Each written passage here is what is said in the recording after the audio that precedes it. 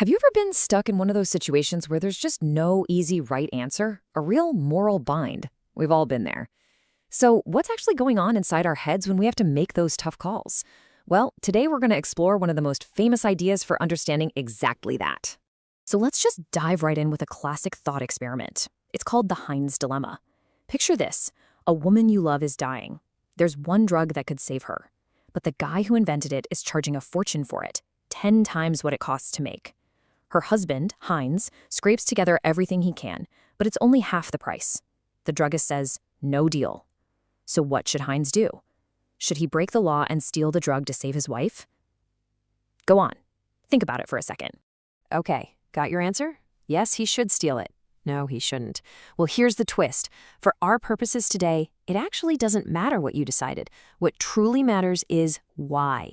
Your justification, the reasoning behind your choice. That's the key to this whole thing. And that brings us to a psychologist named Lawrence Kohlberg. He used tricky dilemmas, just like the Heinz one, to come up with this really groundbreaking theory.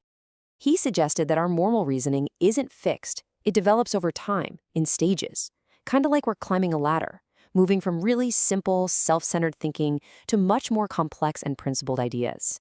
So you got to understand, these dilemmas weren't tests with a right or wrong answer you could get graded on.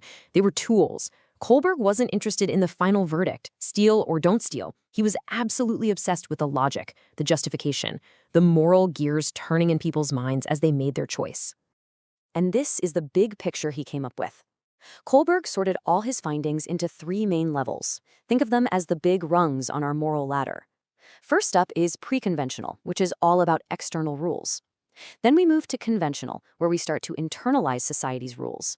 And finally, some of us reach the post-conventional level, where we start to live by our own ethical principles. Each level is a whole different way of looking at a moral problem. All right, now let's zoom in and get a closer look at the actual steps on this ladder. Because inside those 3 big levels, there are 6 distinct stages, and each one represents a more, sophisticated way of thinking, as we climb from pure self-interest all the way up to universal ethical ideas. Okay, so down at the very bottom of the ladder, we have the pre-conventional level. This is pretty much where most young kids operate. Right and wrong are all about what other people tell you. The main questions are basically, will I get in trouble for this? Or, hey, what's in it for me? It's all about the direct consequences to yourself. Now, as we climb up to the next big rung, we hit the conventional level. At this point, our moral compass starts to take in the rules of the world around us. We start to care about fitting in, about being a good person in other people's eyes, and about keeping society running smoothly. In fact, Kohlberg found that most adults actually operate at this level. And finally, at the very top of the ladder, we have the post-conventional level. This is where morality gets really interesting because it goes beyond just following laws blindly.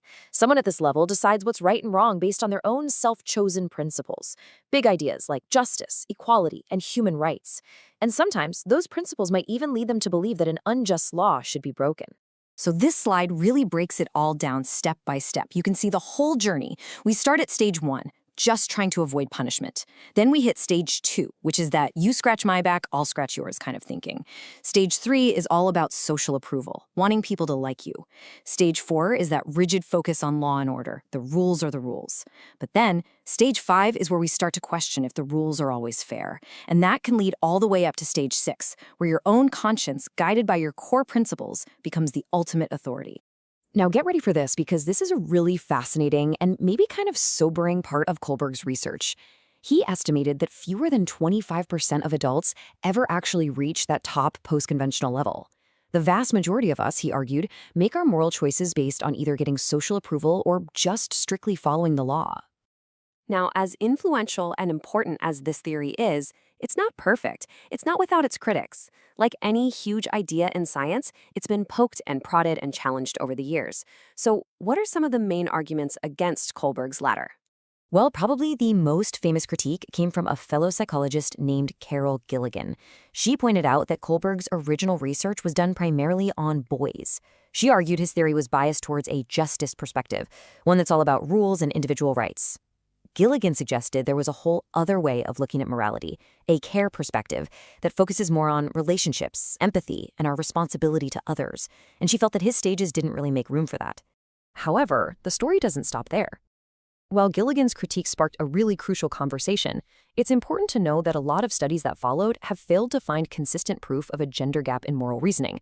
The data just hasn't really backed up the idea that men and women think about morality in fundamentally different ways. And beyond the gender debate, other really valid criticisms have come up. First, there's the big gap between what we say and what we do. I mean, it's one thing to talk about what you would do in a hypothetical crisis and a whole other thing to actually do it. Context also really matters. Researchers found people reason differently if the dilemma is about a famous person versus a complete stranger. And finally, some argue Kohlberg just underestimated kids, who can actually figure out the difference between a serious moral rule, like don't steal, and a simple social custom, like don't wear your pajamas to school. So after looking at the whole theory and then poking holes in it with all the critiques, where does that leave us? What's the big takeaway from all this? You know, the best way to think about Kohlberg's stages is not as some perfect, rigid rule book that can predict exactly what everyone will do. It's much more like a map. And sure, it's an imperfect map. Maybe some of the roads are a little off, but it's still a really powerful one. It gives us a language and a framework for thinking about our own moral growth and for understanding how our sense of right and wrong can change and get more complex over a lifetime. And that brings us to a final thought to leave you with. If this ladder really is a map of our potential moral journey, from pure self-interest to social order, all the way up to universal principles, it raises a really big question.